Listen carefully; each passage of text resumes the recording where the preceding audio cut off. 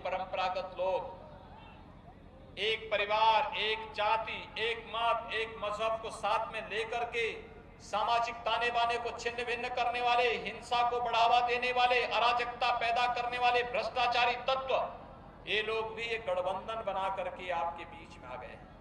आपने पहले वीडियो की शुरुआत में देखा योगी आदित्यनाथ, बड़ा सम्मान रहता है योगी आदित्यनाथ के प्रति और हर भारतीयों को योगी आदित्यनाथ के प्रति सम्मान बरकरार रहता है। इस बात को लेकर के बड़ा गर्व होता है कि वह सच्चे सनातनी हैं, लेकिन सनातन की परिभाषा जब वो हिंदुत्व के साथ करते हैं तो पूरा राजनीतिक चरित्र उनका उभर कर सामने आ जाता है। मैंने कुछ लाइन आपको पहले सुनवाया है, वह लाइन मैं क्यों सुनवाया और 1828 दिन के बाद पुनः वह कल 31 अक्टूबर 2025 को लालगंज में आ रहे हैं और 5 साल पहले 29 अक्टूबर को वो यहाँ आए थे। तो आप जोड़ लीजिएगा तो 1828वें दिन वो यहाँ पे आए हैं। जो वीडियो मैंने सुनवाया आपको, छोटा सा क्लिप जो मैंने सुनवाया, मैं उस वीडियो का पूरा क्लिप, योगी आदित्यनाथ जी का लिंक है यूट्यूब पे, मैं वह लिंक भी इसके नीचे संलग्न कर दूंगा। आप डिस्क्रिप्शन में पढ़ सकते हैं, वीडियो को जाकर के देख सकते हैं। देखिए, योगी आदित्यनाथ का भगवा धारी होना बहुत ही गर्व की बात होती है। हम जैसे लोगों को भी अच्छा लगता है अपने सनातन के प्रति कोई जिम्मेवार है, लेकिन राजनीतिक रूप से योगी आदित्यनाथ का चरित्र जब देखते हैं तो बड़ा दुख होता है। योगी आदित्यनाथ का लालगंज में आना, वैशाली जिले में आना, ये अपने आप में अच्छी बात है, लेकिन अगर योगी आदित्यनाथ एक योगी बनकर आते तो ज्यादा भला होता। वैसे ही जैसे 2020 में चुनाव में आए, कोविड काल में आए और उन्होंने बहुत ही बड़े बड़े ड्रामे किए उस समय। उनका एक उनके ही यूट्यूब पे लगभग 35 मिनट का वीडियो है, जिसका मैं लिंक आपको डिस्क्रिप्शन में दे दूंगा, आप देखिएगा। मैं शुरू करता हूं शुरू से। यह वीडियो जो मैंने पीछे दिखाया, उसका कारण क्या था वह समझने के लिए मैं आपको फ्लैश लाइट की तरफ लेके जा रहा हूं, पुराने जीवन की ओर लेके जा रहा हूं। योगी आदित्यनाथ ने किसके लिए यह कहा, यह सुनने के लिए पहले एक बार मैं आपको फ्लैशबैक में लेके चलता हूं। मैं फ्लैशबैक से एक कहानी उठाऊंगा।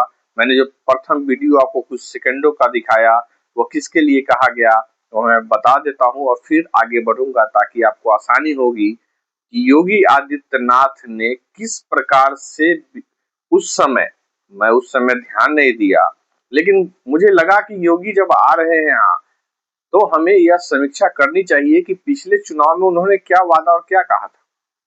तो सबसे पहले मैं उनके कितने सेकंड पे वीडियो है, 15 मिनट 15 सेकंड से यह वीडियो शुरू होता है, जो मैंने आपको शुरू दिखाया। पुनः मैं उसको दिखाऊंगा और तब मैं आपसे बात करूंगा कि यह किस लिए कहा गया था। यह वीडियो में यह लाइन, उस समय महागठबंधन से कांग्रेस को टिकट मिला था। उन्होंने कहा, जो वीडियो में वो आपने सुना, कि जातिवाद, नक्सलवाद और आतंकवाद के जो संरक्षक रहे परिवारवादी लोगों को महागठबंधन ने टिकट दिया है। तो 2020 में कांग्रेस ने राकेश कुमार को टिकट दिया था। राकेश कुमार कौन? राकेश कुमार अनुग्रह नारायण सिंह, डॉक्टर अनुग्रह नारायण सिंह, बिहार के मुख्यमंत्री, बिहार विभूति अनुग्रह नारायण सिंह, उनके सुपुत्र हुए सत्येंद्र नारायण सिंह, उनके सुपुत्र हुए निखिल बाबू और निखिल बाबू के भतीजे हुए राकेश कुमार। यानी कि अनुग्रह बाबू का परिवार एक नक्सली था, आतंकी था, परिवारवादी था। यही तो योगी आदित्यनाथ ने 2020 में कहा। चलिए सुन लीजिए, पुनः सुन लीजिए योगी आदित्यनाथ को, जो मैं पहले सुनाया था पुनः सुन लीजिए ताकि आपको भ्रम टूट जाए। जिसको भी संदेह हो वीडियो पे, आप पूरा वीडियो भी लिंक के डिस्क्रिप्शन में देखते रहिएगा, आपको खुद समझ में आएगा कि योगी आदित्यनाथ ने अनुग्रह बाबू के परिवार को, बिहार विभूति के परिवार को किस प्रकार से आतंकी कहा, नक्सलवादी कहा, किस प्रकार से उनके ऊपर क्या क्या नहीं कह दिया। पुनः सुन लीजिए। एक परिवार, एक जाति, एक मत, एक मजहब को साथ में लेकर के सामाजिक ताने बाने को छिन्न भिन्न करने वाले, हिंसा को बढ़ावा देने वाले, अराजकता पैदा करने वाले भ्रष्टाचारी तत्व, ये लोग भी एक गठबंधन बना करके आपके बीच में आ गए। भारतीय जनता पार्टी के लिए पूरा देश ही परिवार है। हमारे लिए तेरा बेबो अमर रहे मां, हम दिन चार रहे न रहे, यह एक मूल मंत्र है। हम देश के लिए जिएंगे, देश के लिए मरेंगे, समाज के उत्थान के लिए कार्य करेंगे। ये भारतीय जनता पार्टी के प्रत्येक कार्यकर्ता का एक संकल्प है। लेकिन कांग्रेस और राजद का नारा क्या है कि मेरा वैभव अमर रहे मां, तुम दिन चार रहो न रहो। योगी आदित्यनाथ ने जिस प्रकार से बिहार विभूति डॉक्टर अनुग्रह नारायण सिंह के परिवार को नक्सली कहा, यह कितनी बड़ी बात है। लोगों ने उसको भुला दिया। अराजकता फैलाने वाले लोग कहे, भ्रष्टाचारी कहे, परंपरागत लोग कहे, एक जातिवाद और परिवारवाद और एक मजहब को पोषित करने वाला कहा। यह कितनी बड़ी बात थी। क्या लालगंज के लोग और पूरे बिहार के सम्मान में, या कहे कि पूरे बिहार की बेइज्जती करने वाले लोग के साथ क्या होना चाहिए। सत्येंद्र नारायण सिंह, अनुग्रह बाबू के पुत्र जो बिहार के मुख्यमंत्री भी बने, इन सभी लोगों के लिए कोई नक्सली शब्द यूज कर सकता है? क्या कोई आतंकी यूज कर सकता है शब्द? अराजकता फैलाने वाला कह सकता है? परिवारवादी कह सकता है? तब तो योगी आदित्यनाथ की मानसिक स्थिति पर चिंतन करने की जरूरत है। किशोरी सिन्हा 2 बार वैशाली से सांसद रहे, पति सत्येंद्र नारायण सिन्हा, पुत्र निखिल बाबू जो खुद आगे चलकर प्रशासनिक सेवा से लेकर राज्यपाल रहे हैं, इनका कितना बड़ा योगदान है। क्या इन सभी बिंदुओं पे सोचने की जरूरत है? निखिल बाबू, ये निखिल बाबू है, 1995 से 97 पुलिस आयुक्त दिल्ली डीजीपी रैंक के रहे। 1997 में महानिदेशक भारत तिब्बत सीमा पुलिस बल में रहे। 97 से 99 विशेष गृह में सचिव भारत सरकार में रहे। 99 से 1 तक महानिदेशक रहे राष्ट्रीय सुरक्षा गार्ड के। 2001 से 3 राष्ट्रीय सुरक्षा सलाहकार बोर्ड के अध्यक्ष रहे, सदस्य रहे भारत सरकार में। 2004 से 9 तक 14वीं लोकसभा के सदस्य रहे। 9 से 13 नागालैंड के और 13 से 14 केरल के राज्यपाल रहे हैं। योगी आदित्यनाथ के हम अब सिस्टमैटिक उनके वीडियो पर मैं आता हूं। सिस्टमैटिक इसलिए आ रहा हूं कि 9 मिनट 30 सेकंड पर, उससे पहले जो है संजय सिंह जो विधायक उम्मीदवार हैं या उस समय थे पहली बार, उन्होंने अपने भाषण में कुछ कहा था। और उसके बाद जो योगी जी ने 9:30 उनके वीडियो का 9:30 देखिएगा, 9 मिनट 30 सेकंड पर आप देखिए, जिसका डिस्क्रिप्शन में अभी लगाऊंगा अभी आपके साथ। उन्होंने कहा कि प्रथम चरण का मतदान हो गया है और 3 नवंबर 2020 को पुनः दूसरा चरण का चुनाव है, मतदान है। आप उसमें यह जो अभी लगभग 54% मतदान हुआ है उसको आप 70% तक ले जाए। एक अच्छी पहल थी, अच्छा मूवमेंट था। लेकिन दूसरे ही क्रम में उन्होंने जो कहा वो मैंने 15 मिनट पे जो था वो आपको दिखा दिया, मैंने डिस्क्रिप्शन में दिया आपको कि अनुग्रह बाबू का किस के परिवार पर किस प्रकार से उनका कटाक्ष रहा। उन्होंने 11 मिनट पर कहते हैं कि दवा वैक्सीनेशन जब तक घर नहीं पहुंचता है तब तक मोदी जी ने आग्रह किया है कि आप सभी लोग मास्क लगाए, सैनिटाइजर लगाए। विभिन्न प्रकार के जो प्रोपेगेंडे उस समय कोविड काल में चल रहे थे। लेकिन आप वीडियो में देखिए कि योगी आदित्यनाथ 2 गज की दूरी, मास्क है जरूरी, ये भी लाइन बोलते हैं, लेकिन खुद ना मास्क लगाए हुए हैं और ना 2 गज दूरी का कोई नियम पालन कर रहे हैं। उनके रैलियों में जो भीड़ है उससे स्पष्ट है कि योगी आदित्यनाथ ने फ्रॉडगिरी और 420 के अलावा कुछ बोला नहीं। धोखाधड़ी, समाज के साथ धोखाधड़ी करने का काम योगी आदित्यनाथ ने अपने सनातनी होने का परिचय नहीं दिया। उन्होंने एक राजनेता का परिचय दिया जिसको सत्ता की भूख है। वो सिर्फ लालगंज के लोगों को गुमराह और दलाली करने के लिए नरेंद्र मोदी के नेतृत्व में आए थे। देख लीजिए, सुन लीजिए, थोड़ा अच्छा लगेगा आपको भी। और प्रथम चरण के चुनाव में बिहार के मतदाताओं ने 54% मतदान में भाग लिया है। यानी जब पूरी दुनिया वैश्विक महामारी कोरोना से पस्त होकर के डरी और सहमी हुई है, तब बिहार के लोग मतदान स्थल पर जाकर के लोकतंत्र के प्रति अपनी प्रतिबद्धता को दोहराने का कार्य कर रहे हैं।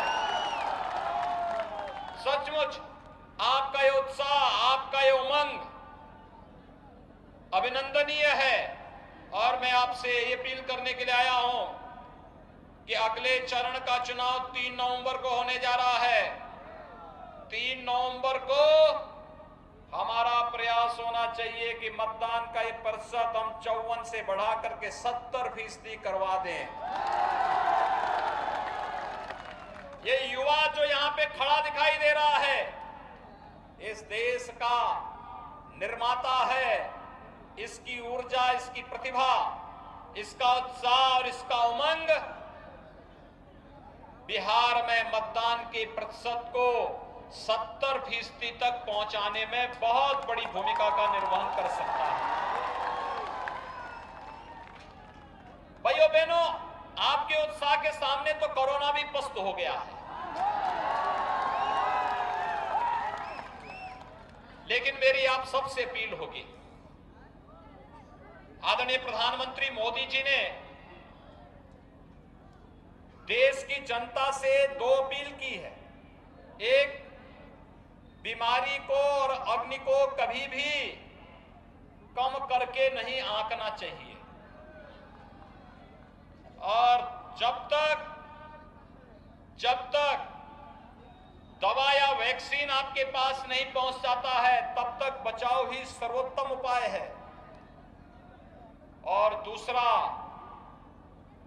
बचाव और के लिए सबसे अच्छा उपाय, अगला जो वीडियो है मैं उस पर आपको बता दूं कि 12 मिनट 45 सेकंड पे आप जाएंगे तो उन्होंने कहा कि गरीब कल्याण पैकेज मोदी जी ने बड़ा कृपा किया है। जैसे मोदी जी ने चाय बेच करके जमा करके रखा हुआ था, कृपा किया लोगों पे, 1,75,000 करोड़ का पैकेज दिया, जिससे 80 करोड़ परिवारों को खाद्यान्न की व्यवस्था हो पाई। खाद्य जो सामग्री मिली, कितने लोगों को मिला होगा वो तो भगवान ही जानते होंगे, चाहे नरेंद्र मोदी ही जानते होंगे कि कितने लोगों को दिया। उसके बाद वो कहते हैं कि 13 मिनट 30 सेकंड पर बोलते हैं कि भारत की खुशहाली के लिए, जिसमें उद्योग धंधे, कल कारखाने, युवाओं को अपने घर पे लौट रहे हैं तो उनको उद्योग धंधों के लिए बड़े बड़े वादे किए, जिसमें 20 लाख करोड़ का बजट दिया उन्होंने। पूरे देश का बजट ही लगभग 25 लाख करोड़ था उस समय, और उन्होंने 20 लाख करोड़ दे दिया। कहाँ गया पैसा पता नहीं। भाषण में उन्होंने आगे बहुत सारी चीज गिनाए कि 5 लाख करोड़ मिला, 10 लाख करोड़ मिला, तो 10,000 लोगों को मिला, तो 5 करोड़ लोगों को मिला, तो 50 करोड़ लोगों को ये मिला। फलान ठेकाना, जो उनका लहजा है जुमलेबाजी का, मोदी जी का, वो परंपरा को यहाँ पे एडॉप्ट किया उन्होंने। गरीब कल्याण पैकेज घोषित किया 1,75,000 करोड़ रुपए का, जिसमें हर गरीब के लिए खाद्यान्न की व्यवस्था उपलब्ध करवाई। जनधन अकाउंटधारी हर महिला के खाते में 500 रुपए हर महीने देने की व्यवस्था की। हर किसान के खाते में 2,000 रुपए की राशि उपलब्ध करवाई। वृद्धजनों के लिए निराश्रित महिलाओं के लिए, दिव्यांग जनों के लिए 1000 रुपए पेंशन के अतिरिक्त देने की व्यवस्था की। अन्य तमाम प्रकार की सुविधाएं उपलब्ध करवाने के बाद दूसरे चरण में 20 लाख करोड़ रुपए का आत्मनिर्भर पैकेज घोषित करके भारत के उद्योगों को, भारत के व्यापारियों को, भारत के नौजवानों के लिए और भारत के प्रत्येक नागरिक की खुशहाली के लिए व्यापक पैकेज की घोषणा करके उसको लागू करने का कार्य भी प्रधानमंत्री मोदी जी ने लागू किया।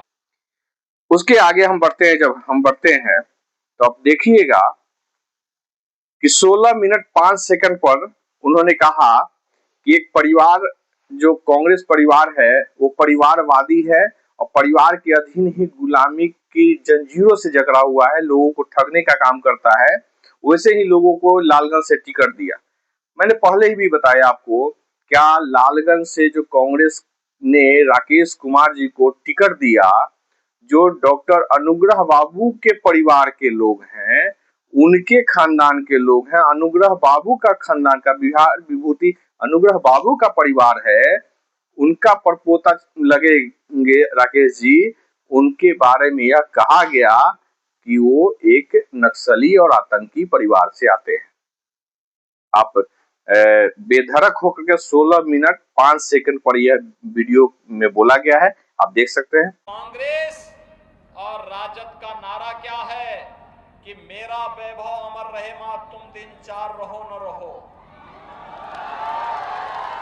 उनके लिए तो अपना स्वयं का परिवार महत्वपूर्ण है। परिवार को देश मानने वाले और परिवार के नाम पर फिर देश के अंदर लूट खसोट करने वाले, दोनों की केमिस्ट्री मिलती है, कांग्रेस की भी और राजद की भी, दोनों की एक जैसी।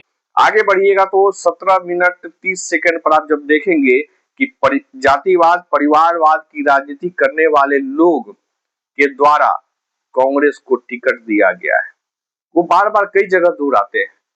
तो आप यह ध्यान रखिए कि अनुग्रह बाबू, बिल्कुल अनुग्रह बाबू का परिवार, उसके आगे बढ़ते हैं तो उनके पुत्र सत्येंद्र नारायण सिंह सिन्हा, वो भारतीय राजनीति के और बिहार की राजनीति के प्रबुद्ध योद्धा रहे हैं। उन्होंने बिहार का संचालन किया है।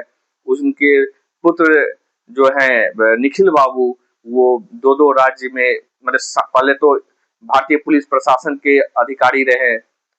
इसके अलावा उनकी कई इतिहास है, कई जगहों पे नागालैंड के राज्यपाल रहे, उसके बाद वो राज्यपाल नागालैंड के बाद केरल के रहे, सांसद भी रहे हैं और बहुत बड़ी भूमिका निभाई है देश के अंदर। वैसे परिवार के लोगों को योगी आदित्यनाथ जैसा लोग, जिसको सनातनी कहने में बड़ा गर्व महसूस होता था, मैंने जब कल वीडियो देखा पूरा, जब योगी आदित्यनाथ के वचनों का, तो मुझे इससे निकृष्ट प्राणी इस पृथ्वी पे नहीं दिखाई दिया कि कांग्रेस ने जिस व्यक्ति को टिकट दिया वो किस परिवार से बिलोंग करता है, किस परिवार से आता है, उसको आपने नक्सली कहा। यह कम अपमान वाली बात नहीं है। यूपी से आकर, और कहा जाए तो उत्तराखंड से हैं, यूपी के मुख्यमंत्री हैं, और वो लोग आकर के बिहार में आकर के बिहार विभूति को गाली देकर के जाते हैं। यह लालगंज में लोग और बिहार के लोग किस हिसाब से इसको देखेंगे, यह उनकी समीक्षा है।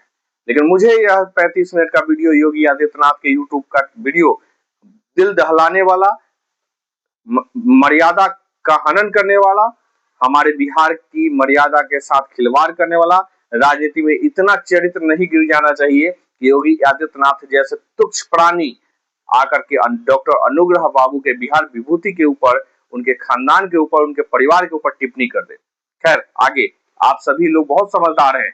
हिंदुत्व के नशे में, हिंदुत्व के चरस में जिस प्रकार से आपने समाज को बांटने का काम कर दिया है, और ये योगी आदित्यनाथ जैसे लोग आकर के हमें बांटते हैं, बटोगे तो कटोगे, तो ऐसे अपराधी प्रवृत्ति के लोग हैं जो यूपी के मुख्यमंत्री और आएंगे लालगंज में भाषण देने, जो अनुग्रह बाबू के परिवार को आतंकी कहता है, अनुग्रह बाबू के परिवार को जातिवादी कहता है, अनुग्रह बाबू के परिवार को नक्सली कहता है। तो खैर, आपको अच्छा लग रहा है तो देखते रहिए। मेरी समीक्षा जो है, और मेरी समीक्षा नहीं है व्यक्तिगत, मैंने सुना वीडियो को, आपको मैं सेकंड बता रहा हूँ कि आप जाकर के सुनिए। और 35 सेकंड का वीडियो है यूट्यूब पे, उनके ही यूट्यूब का लिंक मैं इसी में डिस्क्रिप्शन में दे दिया हूँ, आप सुनिएगा। आपको देख कर सुनकर अगर आंख कान नाक और आपका जमीन अगर जगह हो तो आपको समझ में आएगा। मैं आगे बढ़ता हूँ। 20 मिनट 15 सेकंड पे जाएंगे तो कहते हैं कांग्रेस परिवार का विकास जो है वो स्विस बैंक में दिखता है और काला धन बढ़ाने वाला हुआ। नरेंद्र मोदी ने कहा था कि काला धन मैं लेके आऊंगा। 2013 में वो अपना भाषण शुरू किए थे और 14 में प्रधानमंत्री बनने के साथ ही उन्होंने यह माने SIT का गठन किया, कौन कौन सी योजनाएं माने विभाग बना लिए। लेकिन आज 12 साल के बाद भी काला धन वापस नहीं आया जो कांग्रेस का था।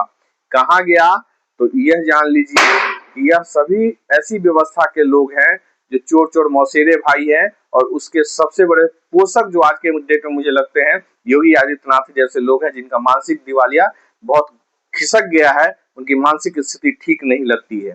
जो 5 साल पहले उनका जो स्टेटमेंट है, मैं वो उसी स्टेटमेंट को आपके साथ साझा कर रहा हूँ, दोहरा रहा हूँ। आगे वो बोलते हैं, जो आप देखिए 21 मिनट 30 सेकंड पर आप देखिएगा कि कहते हैं कि पटना के चारों ओर जो टिकट दिया गया है वो नक्सलियों को दिया गया है। पटना के इर्द गिर्द जहां वो भाषण लालगंज में दे रहे थे, उन्होंने कहा कि नक्सलियों को टिकट दिया गया है, यानी अनुग्रह बाबू का परिवार नक्सली था। खैर, आप सभी जनता को इस पे फोकस करना चाहिए, ध्यान देना चाहिए। 22 मिनट 30 सेकंड पर मैं सारी वीडियो एक्सप्लेनेशन के बाद आपको सारा वीडियो दिखाते जा रहा हूं, आप ध्यान देते जाइए। और मेरी वीडियो पे आपको शंका हो तो पूरा डिस्क्रिप्शन योगी आदित्यनाथ का लिंक दे रहा हूं, योगी आदित्यनाथ के यूट्यूब लिंक पे जाकर के आप 35 मिनट का तो है, आप देख लीजिए, सुन लीजिए, आपको समझ में आ जाएगा। 22 मिनट 30 सेकंड पे वो बोलते हैं कि नारी की गरिमा की रक्षा करने में कांग्रेस विफल रह गई। योगी आदित्यनाथ को यह समझ में आना चाहिए, ये जो योगी बने हैं वो अपने माता पिता और अपने परिवार की इच्छा से बने थे। उन्होंने अपनी माँ का सम्मान किया क्या? उनकी माँ चाहती थी कि वो इस तरीके से भगवा धारण करके और घर छोड़कर भाग जाए। और जिस मोदी का बड़ाई वो कर रहे थे इस वीडियो में और करते आ रहे हैं, योगी आदित्यनाथ को यह शर्म नहीं आता है कि नारी सम्मान की बात करते हैं। और नरेंद्र मोदी ने अपनी पत्नी को छोड़ दिया, पूरे माने मर्यादा और सनातन का धजिया उड़ा दिया पत्नी के साथ। उस आदमी की बात योगी आदित्यनाथ नारी की मर्यादा की बात करते हैं। मोदी किसको नहीं, किस महिला को नहीं अपशब्द कहा, चाहे वो सोनिया गांधी हो, ममता बनर्जी हो, किसको नहीं कहा अपशब्द। उस समय योगी आदित्यनाथ के मर्यादा की सीमा समझ में आती है। योगी आदित्यनाथ को इतनी समझ है कि वो बोल क्या रहे हैं, नारी की मर्यादा। आपके पार्टी में किसी नारी का मर्यादा है क्या? किसी को आपने सम्मान दिया है क्या नारी को? खैर, आगे यह भी वीडियो आप सुनते जाइए। आगे 23 मिनट 30 सेकंड पे वो लिखते हैं कि आतंकी घटनाएं हुआ करती थी तो कोई जवाब नहीं देता था। पुलवामा हुआ, आज तक FIR और उसकी कार्रवाई का कोई रिपोर्ट नहीं है। पुलगांव हत्याकांड हो गया, और जितने भी कांड हुए वो प्रधानमंत्री अपनी वाहवाही में ले लेते हैं। सैनिक क्या कार्रवाई करता है? अरे आप अपने राजनीतिक हैसियत के हिसाब से, प्रधानमंत्री के हिसाब से नरेंद्र मोदी ने आज तक क्या किया पाकिस्तान के खिलाफ? कुछ नहीं। जो किया सैनिक ने किया, और नरेंद्र मोदी ने कुछ नहीं किया। नरेंद्र मोदी की औकात इतनी नहीं है, वो बिरयानी खाने जाते हैं पाकिस्तान और कहते हैं कि मैं सनातनी हूं। तो वो कहूंगा तो ज्यादा हो जाएगा, लेकिन मैं सिर्फ आपको टच कर रहा हूं कि योगी आदित्यनाथ ने अपने भाषणों के माध्यम से वैशाली और बिहार नहीं, पूरे बिहार के जन्मदाताओं के सूत्रधारों में डॉक्टर अनुग्रह नारायण का योगदान पर उस व्यक्ति ने, योगी आदित्यनाथ, नक्सली आतंकी कहकर ऐसा माने परिवारवाद का ठप्पा लगा दिया, जिसके कारण राकेश कुमार हार गए। यानी कि राकेश कुमार अनुग्रह बाबू के परिवार के नक्सली लोग थे। आगे बढ़ता हूं मैं। 25 मिनट 50 सेकंड पे आप देखेंगे कि कहते हैं कि जम्मू कश्मीर में आप जाइए, नरेंद्र मोदी जी ने ये किया वो किया। इसमें कई थोड़ा सा लंबा भाषण है, लेकिन मैं सटीक वहीं पे आता हूं कि जमीन खरीद करके आप अपने रह सकते हैं वहां पे, आप जाइए खरीदिए करिए सब कुछ कर लीजिए। अरे योगी आदित्यनाथ जी, आपके यूपी में कोई जमीन खरीद करके सुरक्षित है क्या? कितनी हत्याएं होती हैं आपके यहाँ और आप कितना हत्या कराते हैं, उसका कोई लेखा जोखा है क्या?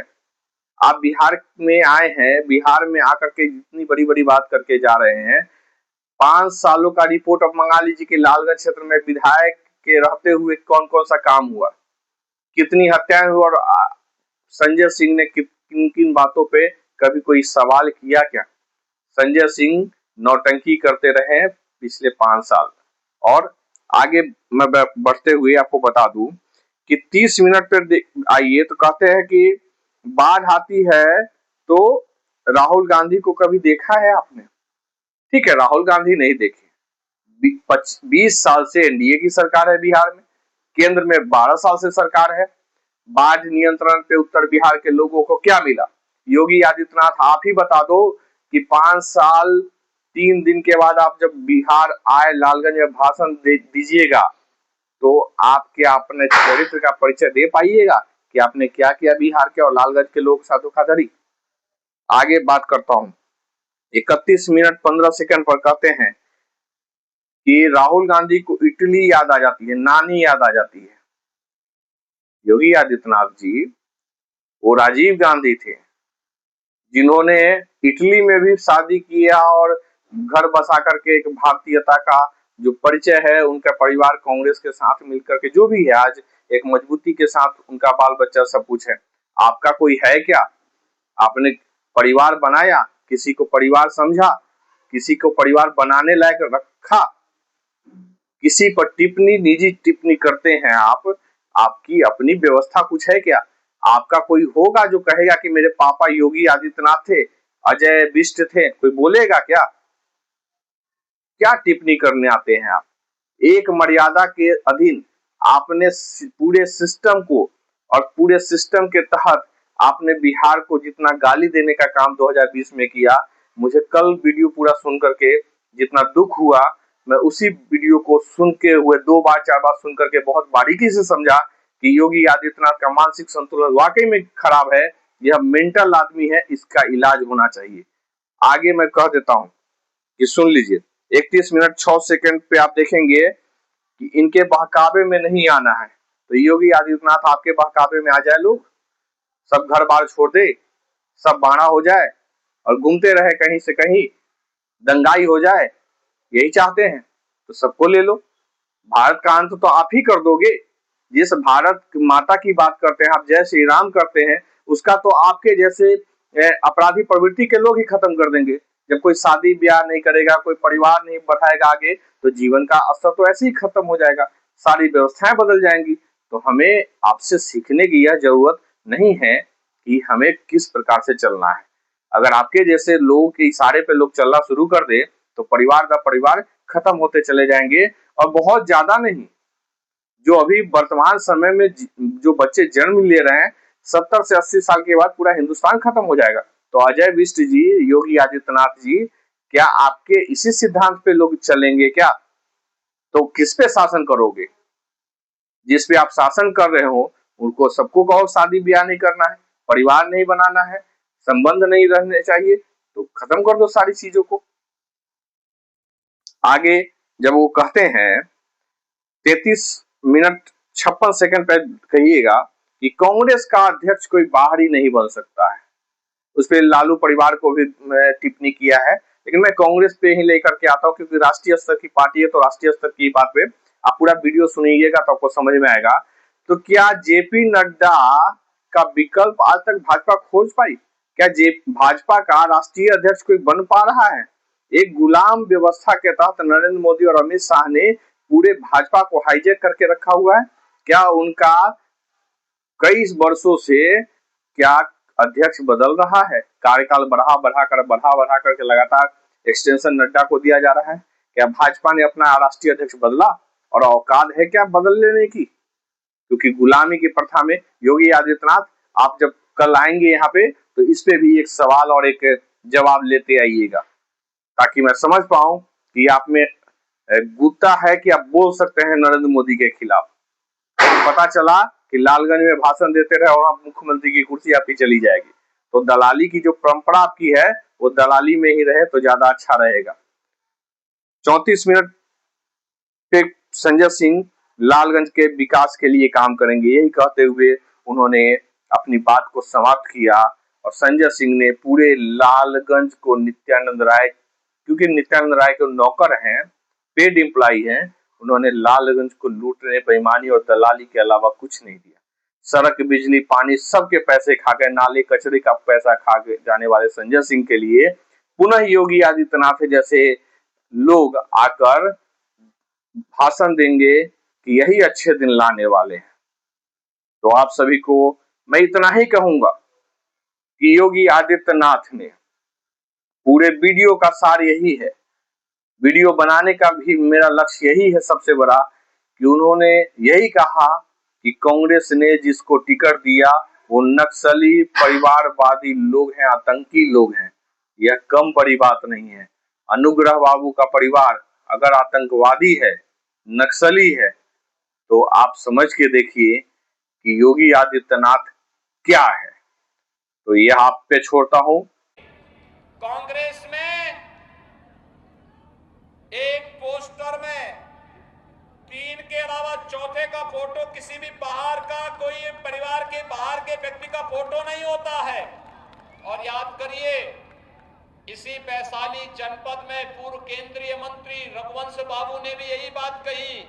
लालू जी को जब अंतिम समय में उन्होंने पत्र लिखा, एक ही बात कही कि लालू जी, राजद के पोस्टर में एक ही परिवार के 4 लोगों के अलावा 5वें का फोटो आखिर क्यों नहीं है? आखिर क्या ये जातिवाद की राजनीति, ये वंशवाद की राजनीति क्या देश का और प्रदेश का कल्याण कर पाएगी क्या? और भाइयों बहनों, जो हमें मानते हैं ये जातिवाद और परिवारवाद की राजनीति भ्रष्टाचार और बेईमानी को बढ़ावा दे रही है। इसी राजनीति के कारण बिहार के नौजवानों के सामने पहचान का संकट खड़ा हुआ था। तो क्या फिर आज कांग्रेस और राजद का गठबंधन जिस रूप में एक आपके बीच में आकर के रोजगार का झुनझुना पकड़ा रहा है, क्या आप उस पर विश्वास करते हैं क्या? ये विश्वास करने वाले जीव हैं भी नहीं, इन पे विश्वास करना भी नहीं। इसलिए विश्वास मत करना। भाइयों बहनों, मोदी जी 2014 में प्रधानमंत्री बने। 6 वर्ष में मोदी जी ने देश के अंदर 3 करोड़ गरीबों के लिए मकान दिए, 4 करोड़ गरीबों को निःशुल्क विद्युत कनेक्शन उपलब्ध करवाए, 8 करोड़ गरीबों के लिए रसोई गैस के कनेक्शन उपलब्ध कराए, 10 करोड़ गरीबों के लिए एक शौचालय उपलब्ध करवाया, 12 करोड़ किसानों को प्रधानमंत्री किसान सम्मान निधि का लाभ दिया, 15 करोड़ नौजवानों के लिए प्रधानमंत्री मुद्रा योजना का लाभ देकर के आर्थिक स्वावलंबन का रास्ता खोला, 35 करोड़ गरीबों के लिए जनधन अकाउंट बैंक में खोल करके उन्हें बेईमानी और भ्रष्टाचार से मुक्ति देने का कार्य किया, और 50 करोड़ गरीबों को आयुष्मान भारत में 5 लाख रुपए की सालाना बीमा कवर देने का कार्य भी किया, और कोरोना कालखंड में 80 करोड़ लोगों को निःशुल्क खाद्यान्न उपलब्ध कराने का कार्य ये मोदी जी ने किया। 6 वर्ष में इतना भारी काम, गरीबों के लिए किसी की जाति नहीं देखी, किसी का क्षेत्र नहीं देखा, किसी का मत नहीं देखा, किसी का मजहब नहीं देखा। उन्होंने तो एक ही नारा दिया, सबका साथ सबका विकास। मोदी जी के इस नारे से सहमत है ना? सबका साथ सबका विकास। लेकिन कांग्रेस ने क्या किया 50 वर्षों तक? उन्होंने कहा सबका साथ, लेकिन हमारे परिवार का। गांधी परिवार के बाहर किसी का विकास हुआ क्या? यहां का पैसा स्विच बैंकों तक पहुंचा करके देश को लूटने का काम इन्हीं लोगों ने किया था ना। क्या इनको वोट मांगने का अधिकार है क्या? क्यों जवाब नहीं देते हैं लोग उन लोगों को? और ये लोग इसी षड्यंत्र के तहत फिर से आए हैं। मोदी जी ने पहले 5 वर्ष गरीब कल्याण के लिए और अगले 5 वर्ष राष्ट्र के उत्थान के लिए एक संकल्प के साथ मोदी जी आए हैं। मोदी जी ने 5 वर्ष में वह करके दिखाया जो कांग्रेस 55 वर्षों में नहीं कर पाई। वे लोग करते कैसे? क्योंकि गरीब तो उनके एजेंडे में कभी था ही नहीं, नौजवान किसान उनके एजेंडे में कभी था ही नहीं, महिलाएं कभी उनके एजेंडे में नहीं थी। उनके एजेंडे में तो क्या था? मनुष्य का तो खाया ही खाया हिस्सा। उन्होंने तो मूक जानवरों का चारा भी चट कर गए। इनसे कोई उम्मीद करते हैं क्या? तो भाइयों बहनों, यही मैं कहने के लिए आया हूं। ये लोग आज जिस प्रकार का गठबंधन बनाए हैं, बिहार को एक बार फिर से नक्सली और माओवादी हिंसा की चपेट में लाने की साजिश है। इसीलिए आप देखिए, पटना के चारों ओर भाकपा माले की हिंसक अराजक गतिविधियों को फैलाने के लिए उन्हें प्रत्याशी बनाया है इस महागठबंधन ने। ये केवल बिहार की जनता के साथ धोखा करने के लिए आए हैं। लेकिन भाजपा ने जो कहा वो करके दिखाया। रसोई गैस का सिलेंडर भी दिया, विद्युत का कनेक्शन भी दिया, खाद्यान्न भी दिया, आयुष्मान भारत का कार्ड भी दिया, रोजगार का काम भी किया। और अब एक एक करके देश से वर्षों में जुड़े हुए मामले जो कांग्रेस के समय में समस्याएं खड़ी की गई थी। पहली समस्या थी नारी उत्थान का, नारी गरिमा की रक्षा का। कांग्रेस के लोग चाहते ही नहीं थे कि नारी गरिमा की रक्षा हो। और भाइयों बहनों, इसीलिए हमेशा किसी कटमुल्ले के कहने पर 3 तलाक की प्रथा को लोग समर्थन करते थे। फतवा जारी होता था, कांग्रेस और राजद के लोग नाक रगड़ करके वहां जाते थे और कहते थे कि जो फतवा जारी हुआ इसी के अनुसार देश चलेगा। यह देश फतवों से चलेगा या यह देश संविधान से चलेगा? देश संविधान से संचालित होता है। लेकिन 3 तलाक की कुप्रथा को समाप्त करने का काम किसने किया? मोदी जी ने। 3 तलाक की कुप्रथा समाप्त होनी चाहिए थी ना, आधी आबादी को न्याय मिलना चाहिए ना। और मोदी जी ने यह काम कर दिया। 3 तलाक की कुप्रथा को समाप्त करके नारी गरिमा की रक्षा करने का काम मोदी जी ने किया। दूसरा काम दूसरे कार्यकाल में मोदी जी ने किया। भाइयों बहनों, जब देश के अंदर कोई आतंकी घटना घटित होती थी, क्या आपको अच्छा लगता है क्या? कांग्रेस के समय में अनेक आतंकी घटनाएं घटित हुई ना। मुंबई में आतंकी घटना घटित हुई, इसमें बिहार के भी लोग मारे गए, उत्तर प्रदेश के लोग भी मारे गए, हमारे निर्दोष जवानों पर भी हमले हुए, जवानों को अपना बलिदान देना पड़ा। और जब देश की जनता मांग करती थी कांग्रेस सरकार से कि पाकिस्तान इसके पीछे है, पाकिस्तान को जवाब दिया जाना चाहिए, कांग्रेस के नेता मुंह छुपाए फिरते थे, कहते थे अरे पाकिस्तान पे अगर हम कुछ करेंगे तो कहीं पाकिस्तान एटम बम का उपयोग न कर ले, एटम बम से डरते थे। लेकिन आज पाकिस्तान ने कश्मीर के अंदर एक दुस्साहस किया था फरवरी 2019 में, और जैसे ही दुस्साहस किया उसके ठीक 1 महीने के अंदर भारत के बहादुर जवान पाकिस्तान के अंदर घुस करके सर्जिकल स्ट्राइक को अंजाम देकर के पाकिस्तान के आतंकी कैंपों को तहस नहस कर देते हैं। यह है भारत का शौर्य और पराक्रम, जो मोदी जी के नेतृत्व में दुनिया के अंदर आज भारत की धमक को पूरी मजबूती के साथ पहचान पहुंचाने का कार्य कर रहे हैं। भाइयों बहनों, मोदी जी के नेतृत्व में यह देश 1952 से एक लड़ाई लड़ रहा था। एक भारत श्रेष्ठ भारत की इस लड़ाई के लिए नारे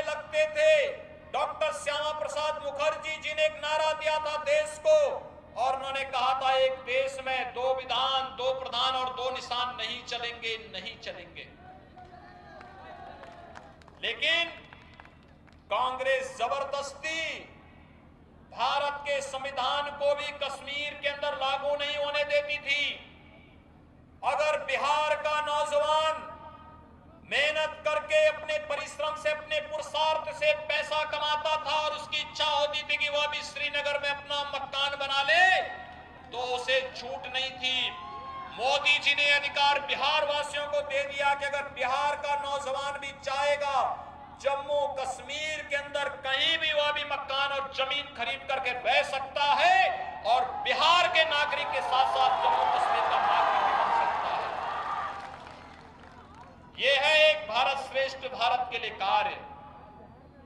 कश्मीर में आतंकवाद की प्रतीक बनी धारा 370 को समाप्त किया।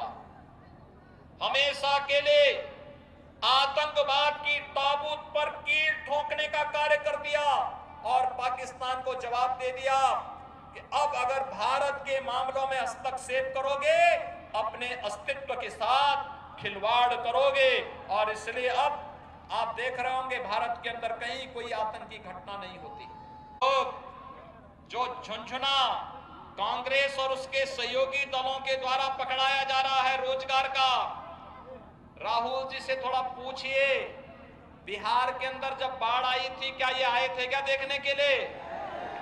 नहीं। देश पे कहीं कोई संकट और आपदा आती है तो ये लोग इटली इनको याद आती है।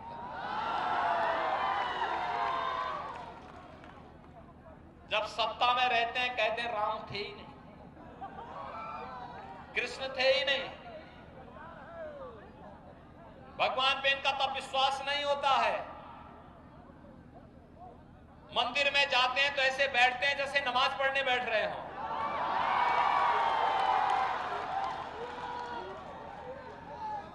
लेकिन जब चुनाव आते हैं तो कोई गले में जनेऊ टांगता हुआ दिखाई देता है, मंदिर मंदिर भटकते हुए दिखाई देते हैं। जब तुम्हारा राम और कृष्ण पे विश्वास ही नहीं तो मंदिर में जाके क्या ढूंढना चाहते हो? जब देश पर आपदा आती है, कहीं भी आप जाके देखिए, जब भी कोई बाढ़, कोई आपदा, कहीं किसी प्रकार की कोई आपदा दिखती है, भाइयों बहनों, ये सभी लोग गायब होते हैं। इटली नानी याद आने लगती है, भारत के लोग याद नहीं आते, बिहार के लोग तब याद नहीं आते। तब राहत कार्य के लिए भाजपा और जदयू के ही कार्यकर्ता आते हैं। प्रधानमंत्री मोदी जी राहत कार्य लेकर के आते हैं, मुख्यमंत्री नीतीश जी राहत सामग्री लेकर के आपके बीच पहुंचते हैं। उस समय कांग्रेस और राजद के लोग, कोई कहीं और घूमता हुआ दिखाई देता है, कोई अन्य जगह दिखाई देता है, लेकिन आपदा पीड़ित लोगों के पास ये लोग नहीं पहुंचते हैं। और आज आ गए फिर ये लोग रोजगार का झुंझुना लेकर के आपको भी आपके बीच में। भाइयों बहनों, इनके बहकावे में आने की आवश्यकता नहीं। आप सबसे मेरी अपील है कि लालगंज विधानसभा सीट पर भारतीय जनता पार्टी ने अपने एक सामान्य कार्यकर्ता को वोट दिया है।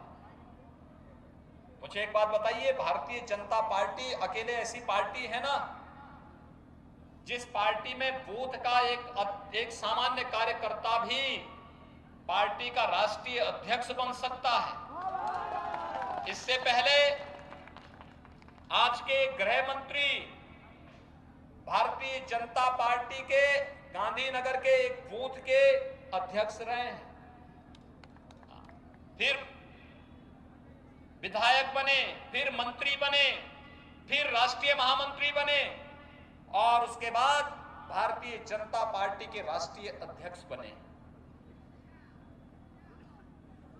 श्री जेपी नड्डा जी यही पटना के विश्वविद्यालय में उनकी शिक्षा दीक्षा हुई। एक सामान्य कार्य अखिल भारतीय विद्यार्थी परिषद के कार्यकर्ता से अपना जीवन आगे बढ़ाया। एक सामान्य कार्यकर्ता के रूप में कार्य करते हुए आज भारतीय जनता पार्टी के राष्ट्रीय अध्यक्ष हैं। प्रधानमंत्री मोदी जी एक सामान्य परिवार में पैदा होकर के अपने परिश्रम, अपने पुरुषार्थ और अपनी निष्ठा से आज देश के गौरव को दुनिया में बढ़ाने का कार्य कर रहे हैं। ये केवल भारतीय जनता पार्टी में ही संभव हो सकता है। और आप सभी का मैं इस बात के लिए कि पूरा वीडियो आपने सुना, समझा, और आपको जहां भी शंका हो मैं आपको लिंक नीचे डाल दिया हूं, आप सुनिए, देखिए और मेरी बातों पे जरूर टिप्पणी करिएगा। अगर आपको लगता है कि मैंने गलत कुछ कहा है तो सुन लीजिएगा। यह वीडियो साधारण वीडियो नहीं है, यह आतंक का एक ऐसा स्वरूप योगी आदित्यनाथ का है जिसपे लोगों ने कैसे भरोसा कर लिया। उस समय जो लोग भी गए देखने सुनने, उन्होंने कैसे भरोसा कर लिया था। मैं अचानक कल शाम में देखा, मुझे सुनकर इतना दुख हुआ कि अनुग्रह बाबू श्री कृष्ण बाबू के साथ मिलकर दोनों ने बिहार निर्माण के लिए क्या नहीं किया। इंडस्ट्री लगाई, किसानों के लिए किया, बड़ी बड़ी इंडस्ट्री से अलावा स्वास्थ्य पे, शिक्षा पे, हर क्षेत्र में काम किया, हर वर्ग जाति के लिए काम किया दोनों आदमी ने मिलकर के। उस अनुग्रह बाबू पे अगर योगी आदित्यनाथ टिप्पणी कर रहा है तो आप समझिए कि योगी आदित्यनाथ वाकई में, जो अभी भाजपा वाले कहते हैं कि नीतीश कुमार का मानसिक स्थिति ठीक नहीं है, वाकई में नरेंद्र मोदी के साथ साथ ये भगवाधारी जो है इनका दिमागी स्थिति ठीक नहीं है। अजय विष्ट को वाकई में सनातनी कहलाने का हक नहीं है। यह मानसिक रूप से विकलांग आदमी मुझे लगा। मैं अब तक योगी आदित्यनाथ को कुछ स्तरों पे ठीक समझता था, लेकिन भगवान की कृपा है कि मुझे अब जाकर के कल उस वीडियो से परिचय हुआ जो उन्होंने लालगंज में दिया था। इतना फ्रॉड व्यक्ति नरेंद्र मोदी के बाद यह अगर भारत का प्रधानमंत्री का दावेदार है तो भारत का वाकई में दुर्भाग्य है कि एक फ्रॉड के बाद दूसरा फ्रॉड इस देश का प्रधानमंत्री होगा। आप लोग की मर्जी है, आप ऐसे ही समाज को एक, वह भी क्या कहूं, यहाँ जाति का नाम लूंगा तो अच्छा नहीं लगेगा, लेकिन अनुग्रह बाबू किस जाति से थे और योगी आदित्यनाथ किस जाति के हैं वह मिलान कर लीजिएगा। और अनुग्रह बाबू पे टिप्पणी करने की औकात क्या योगी आदित्यनाथ की है? बहुत बहुत शुक्रिया आप सभी को सुनने के लिए, धन्यवाद।